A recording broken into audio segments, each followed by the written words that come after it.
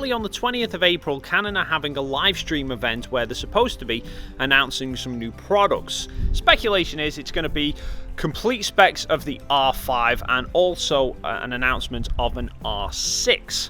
But before we go into that any further, I want to take this opportunity to inform you of my own little product announcement. Due for release in October this year, might be on the market by April, depends on how well they behave.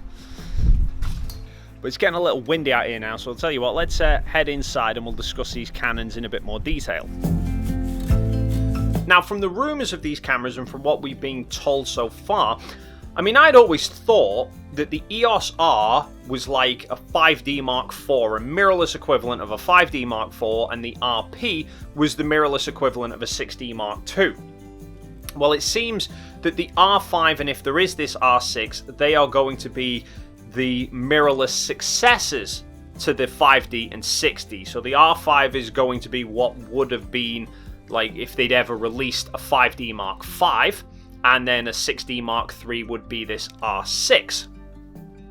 And the rumoured specs of it all, so far off everything, is pretty insane. You've got the R5, which is going to do 20 frames a second in both mechanical and electronic shutter with a 45 megapixel sensor.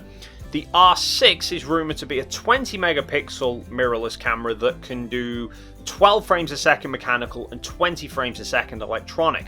Now, obviously, they're going to be an up to, so they're not going to be consistently at that sort of speed with fast tracking autofocus, etc. That's just going to be in some scenarios. So they're probably not going to be quite as good for sports wildlife action scenarios as the paper specs suggest, but that's kind of pretty normal. But all of this did kind of get me thinking that if they are bringing out mirrorless versions of what the successors of DSLRs would have been, then I think we're going to see, hopefully in the not too distant future, an Canon R7, which would have been the 7D Mark III that a lot of people were hoping to see. I have said in the past, like 12 months ago now, that I think Canon should make an APS-C RF camera, because so far all of the RF are full frame and all of the EOS Ms are APS-C, but they're not cross-compatible with each other. And it does put a big roadblock for people who would want to start at APS-C and then kind of grow the line up a little bit and then jump to full frame later down the line. But it does mean that for anyone kind of starting off in photography now and wanting to start on a Canon system, if they look at the RF system and say, that's too expensive, I'm going to have to start with the EOS M, they buy an EOS M body and some EOS M lenses. If they then decide in the future that they want to move on to a full frame system, they can't just transition over gradually like you could do with the DSLRs. You have to sell everything EOS M and replace it all with full frame. Or you buy DSLR lenses and use an adapter, and then it kind of negates the whole philosophy of the EOS Ms being small, lightweight cameras. So an RF APS-C camera, at least one, would be an obvious decision to make. And I think if they're going to do that, the 7 series would definitely be the way to go. I think more than likely we'll see like an R7 and maybe an R100, which would be the replacement to the 90D. But that's probably a way down the line. But in terms of an R7, I imagine, in my head, where else would you imagine? I think it would probably have a body size of the EOS R, but with the body design of the R5. Judging from the photos that I've seen of the R5, it looks like a chunkier body than the EOS R. It definitely looks like a much thicker body. So I don't think they would just take an R5 body. I think an APS-C sensor would obviously warrant a slightly smaller camera body, but I don't think they just use the EOS R body because, well, nobody likes that touch bar and there's no thumb wheel.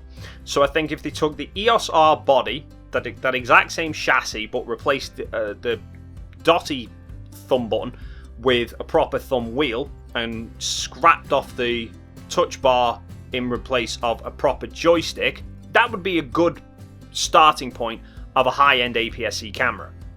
I think in terms of resolution, 20, 24 megapixels, there's no point going crazy here. Everything's going to be more about speed than resolution when it comes to this.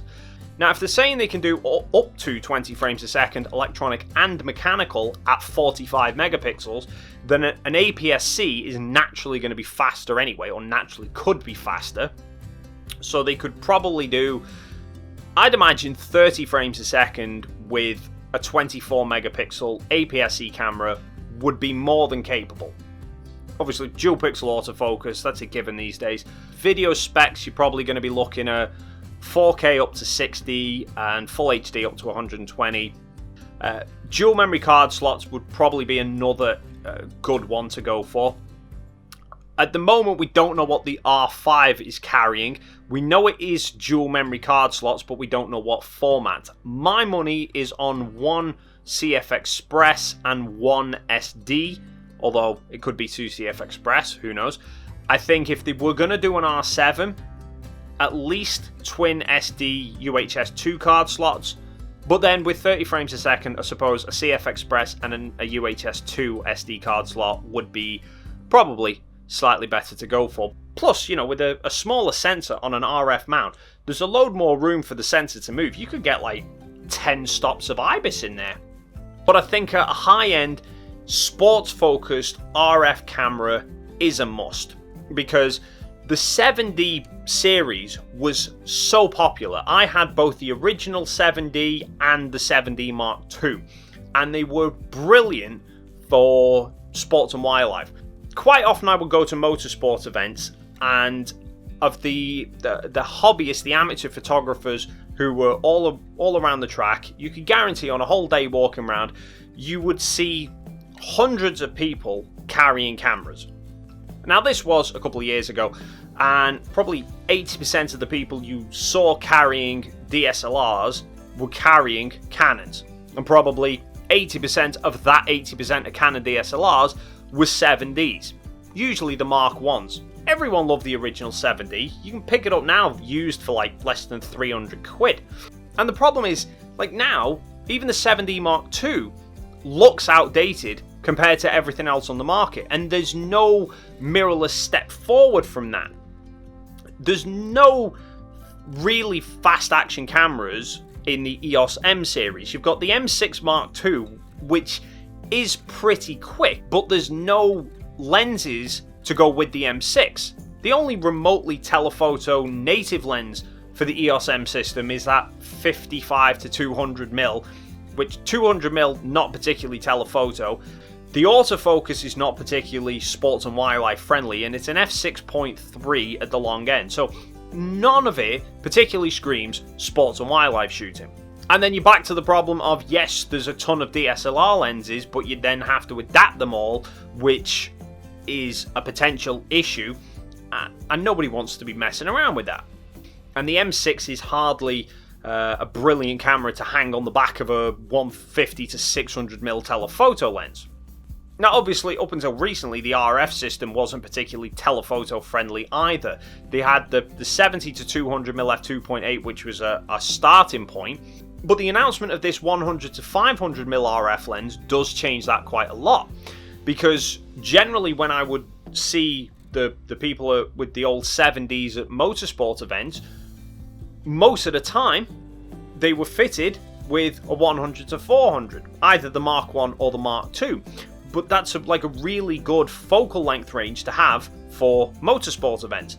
So I think now that they've got a 100 to 500 RF lens on the way, an R7 would be a brilliant combination to go with that. You'd have plenty of reach and plenty of speed in a mirrorless setup. God knows what the price of it all would be brand new. But I definitely think that will be the next one that we'll see. If there is an R5 and R6 on the way now, I think an R7's next up. I mean, I suppose we could see an R1, but obviously we've only just had the 1DX Mark III. The Olympics has now been delayed, so I think Canon are probably going to wait for all of that to pass by first, maybe like 12, 18 months down the line when we would have had a 1DX Mark IV, we'll then have the R1 come out. But But that's just my thoughts on it. What do you think? What do you reckon of the potential R6 announcement that's rumoured? And what do you think the next RF camera is going to be? Leave your thoughts and comments in the box down below. While you're down there, if you haven't already, please consider hitting the subscribe button and the like button as well. Thank you so much for stopping by, and hopefully I will see you in the next video.